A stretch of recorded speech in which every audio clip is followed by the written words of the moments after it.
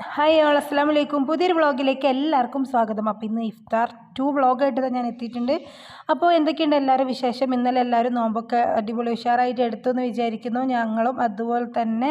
അപ്പോൾ ഇന്നിവിടെ കുഞ്ഞിപ്പത്തിരിയൊക്കെ ഉണ്ടാക്കിയിട്ട് വേവിച്ച് വെച്ചിട്ടുണ്ട്. അപ്പോൾ അതിൻ്റെ ഫൈനൽ കാര്യങ്ങളൊക്കെ ഉണ്ട്. പിന്നെ സ്നാക്സ് ഉണ്ടാക്കാൻ വേണ്ടിയിട്ടുള്ള ഉള്ളി ഇവിടെ മുറിച്ചെടുക്കുകയാണ്. അപ്പോൾ ഇന്ന് സ്നാക്സ് ഉണ്ടാക്കുന്നത് സമൂസയാണ്. പിന്നെ അതുപോലെ തന്നെ പഴംപൊരിയൊക്കെയാണ് ഉണ്ടാക്കാമെന്ന് വിചാരിച്ചിട്ടുള്ളത്. അപ്പോൾ കുട്ടികൾക്കൊക്കെ നോമ്പുള്ളതുകൊണ്ട് സ്നാക്സ് നിർബന്ധമാണ് ഇവിടെ. അതുകൊണ്ട് തന്നെ സ്നാക്സ് ഉണ്ടാക്കാനുള്ള ഉള്ളിയൊക്കെയാണ് ഇപ്പോൾ കട്ട് ചെയ്തുകൊണ്ടിരിക്കുന്നത്. പിന്നെ ഇപ്പം ഇന്നത്തെ മെയിനായിട്ടുള്ളൊരു കടി എന്ന് പറഞ്ഞിട്ടുണ്ടെങ്കിൽ കുഞ്ഞിപ്പത്തിരി തന്നെയാണ് കേട്ടോ. പിന്നെ നല്ല ചൂടല്ലേ, എങ്ങനെയുണ്ട് നോമ്പൊക്കെ എല്ലാവർക്കും? നമ്മളിവിടെ വയനാട്ടിൽ അത്യാവശ്യം നല്ല ചൂടുണ്ട്. സാധാരണ വയനാട്ടുകാർ അനുഭവിക്കുന്നതിനേക്കാളും ചൂട് കൂടുതൽ തന്നെയാണെന്നാണ് എനിക്ക് തോന്നുന്നത്. എന്നാലും വലിയ ക്ഷീണമൊന്നും തോന്നിയിട്ടുമില്ല കേട്ടോ. നോമ്പിന് വലിയ ബാധിച്ചിട്ടൊന്നുമില്ല. ഞാൻ ഇപ്പോൾ സ്നാക്സിലേക്ക് വേണ്ടിയിട്ടുള്ള ഉരുളക്കിഴങ്ങൊക്കെ മുറിച്ചു. പിന്നെ അതുപോലെ തന്നെ മൈദ വെച്ചിട്ട് സമൂസ നമ്മൾ തന്നെ ഷീറ്റൊക്കെ ഉണ്ടാക്കിയിട്ട് ഉണ്ടാക്കുന്നതാണ് കേട്ടോ. അമ്മീന് ഇത് നല്ല ഇഷ്ടമാണ്. അപ്പോൾ എപ്പോഴും പറയും ഈ ഒരു സമൂസ ഉണ്ടാക്കാം നമുക്ക് ഇന്നത്തെ നോമ്പ് തുറക്കാൻ വേണ്ടിയിട്ടെന്ന്. മൈദ പരത്തിയിട്ടുള്ള സമൂസ ഉണ്ടാക്കും മച്ചി എന്നൊക്കെ പറഞ്ഞപ്പോൾ ഞാൻ ശരി എന്നാലിതാ ഈ ഒരു സമൂസ ഉണ്ടാക്കി കൊടുക്കാൻ വിചാരിച്ചിട്ട് ആ സമൂസ തന്നെയാണ് ഉണ്ടാക്കുന്നത്. ഇതിപ്പോൾ ഒരു ബോൾ എടുത്തിട്ട് അത് പരത്തിയിട്ട് 4ആയി മുറിക്കും. അപ്പോൾ വേസ്റ്റും വരില്ല കേട്ടോ. മറ്റേത് വേസ്റ്റ് വരുന്ന സമയത്ത് ബാലൻസ് കട്ട് ചെയ്തിട്ടുണ്ട് പിന്നെയും കൂട്ടി കുഴച്ച് മുറിച്ച് പിന്നെയും പരത്തി ഉണ്ടാക്കൽ ഭയങ്കര പണിയാണ്. പക്ഷേ ഇതിങ്ങനെ ബോള് 4 പീസാക്കിയിട്ട് മുറിച്ചിട്ട് അങ്ങനെ ഉണ്ടാക്കണത് ഇത് എളുപ്പമാണ് കേട്ടോ. ഇത് പെട്ടെന്ന് കഴിയും ചെയ്യും. മസാല ഉണ്ടാക്കിയിട്ട് ഞാനിപ്പോൾ ഇന്ന് വെജിറ്റബിൾ സമൂസ ആക്കിയിട്ടാണ് ഉണ്ടാക്കിയത്. ഇത് ചിക്കൻ ഇട്ടിട്ടും ഉണ്ടാക്കുക, ബീഫ് ഇട്ടിട്ടും ഉണ്ടാക്കുക, എങ്ങനെ വേണമെങ്കിലും ഉണ്ടാക്കുക. ഇപ്പം നിങ്ങൾ വീഡിയോ ഈ ഭാഗം കണ്ടുകൊണ്ടിരിക്കുന്നത് അമീനാണ് വീഡിയോ എടുത്തിട്ടുണ്ടായിരുന്നത്. പോരായ്മകളും കൂടുതലും എന്തെങ്കിലുമൊക്കെ ഉണ്ടെങ്കിൽ നിങ്ങൾ ക്ഷമിച്ചേക്ക് കേട്ടോ. പിന്നെന്താ വീഡിയോ ഒരു ക്ലാരിറ്റി ഭയങ്കര കുറവ് പോലെ എനിക്ക് തോന്നുന്നുണ്ട്. അപ്പോൾ എഡിറ്റ് ചെയ്യുമ്പോൾ ഇനി അങ്ങനെ തോന്നുകയാണെന്ന് അറിയില്ല. ഇതാ ഇങ്ങനെ 4ആയിട്ട് മുറിച്ചിട്ട് അതിൻ്റെ ഉള്ളിൽ മസാല നിറച്ചിട്ട് അടച്ചു വെക്കുമ്പോൾ തന്നെ അത് ഒട്ടിപ്പിടിക്കും കേട്ടോ. പിന്നെ ഇത്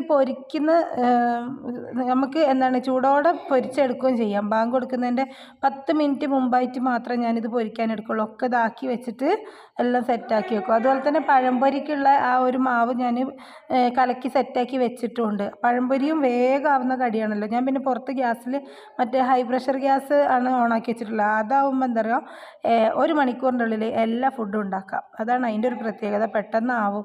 നമ്മൾ ഈ ഒരു ഗ്യാസിൽ കുറേ ടൈം ആവും. അപ്പോൾ ഞാൻ മറ്റേ ഗ്യാസ് കത്തിച്ചിട്ട് അതിലെല്ലാം ഒന്ന് ഉണ്ടാക്കി വെക്കുക. നോമ്പിന് കുറേ സമയം ഇങ്ങനെ ഗ്യാസ് അടുപ്പിൻ്റെ അടുത്ത് നിൽക്കുമ്പോൾ ക്ഷീണമാവും. ഇങ്ങനെ അടുപ്പിൻ്റെ ചൂടടിക്കുമ്പോൾ അത് ഗ്യാസ് അടുപ്പാണ്, തീ അടുപ്പാണ്, ഏത് അടുപ്പാണെങ്കിലും ശരി, ഫുഡ് ഉണ്ടാക്കലും അടുപ്പിൻ്റെ ചൂടും നമ്മളെ അല്ലാത്ത വെയിലിൻ്റെ ചൂടും നമ്മളെ ശരീരത്തിൻ്റെ ക്ഷീണമൊക്കെ കൂടെ കൂടുമ്പോൾ മതിയാവും.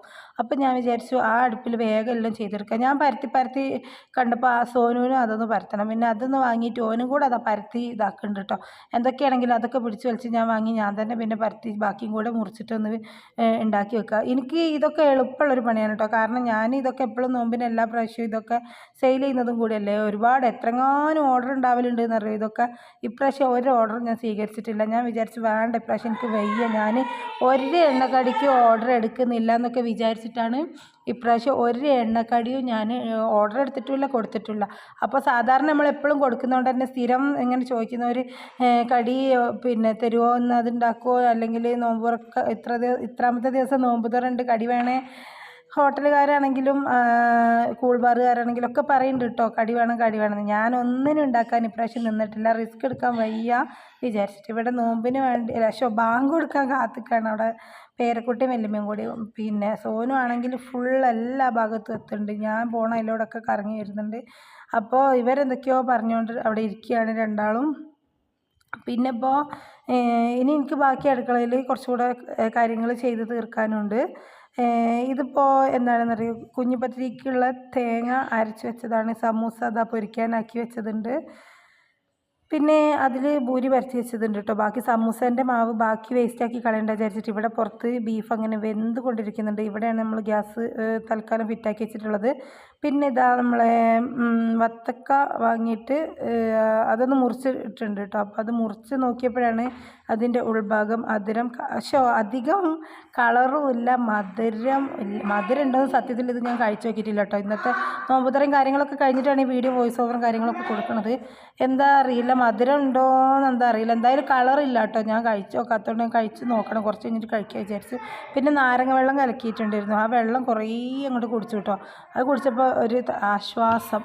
കുറേ വെള്ളം കുടിച്ചാൽ മതി എനിക്കങ്ങനെയാണ്. പിന്നെ അങ്ങനെ ഇതാ ഞാൻ ആ ഒരു നാരങ്ങ ജ്യൂസ് അടിക്കാൻ വേണ്ടിയിട്ട് എന്താണ് ലൈം അടിക്കാൻ വേണ്ടിയിട്ടേ വെള്ളവും ഐസ് ക്യൂബും അതിലേക്ക് പഞ്ചസാരയൊക്കെ ഇട്ട് അത് നല്ലപോലെ അടിച്ചിട്ട് പിന്നെ അതിലേക്ക് ചെറുനാരങ്ങ ഒന്ന് പകുതി മുറിച്ചിട്ട് അതിലേക്ക് ഇട്ട് കൊടുത്തിട്ട് ഒന്നുകൂടെ അടിച്ചെടുക്കുകയാണ് കേട്ടോ ചെയ്യുക. അങ്ങനെ ഇതാ ആ ജ്യൂസൊക്കെ റെഡിയാക്കി എടുത്തിട്ടുണ്ട്.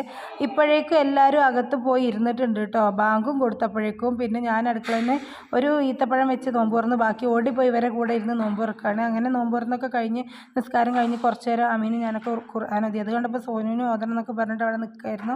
അങ്ങനെ പിന്നെ അതൊക്കെ കഴിഞ്ഞ് അമീന് പിന്നെ പള്ളിയിൽ തറാവി നിസ്കരിക്കാൻ വേണ്ടിയിട്ട് പോകും കേട്ടോ.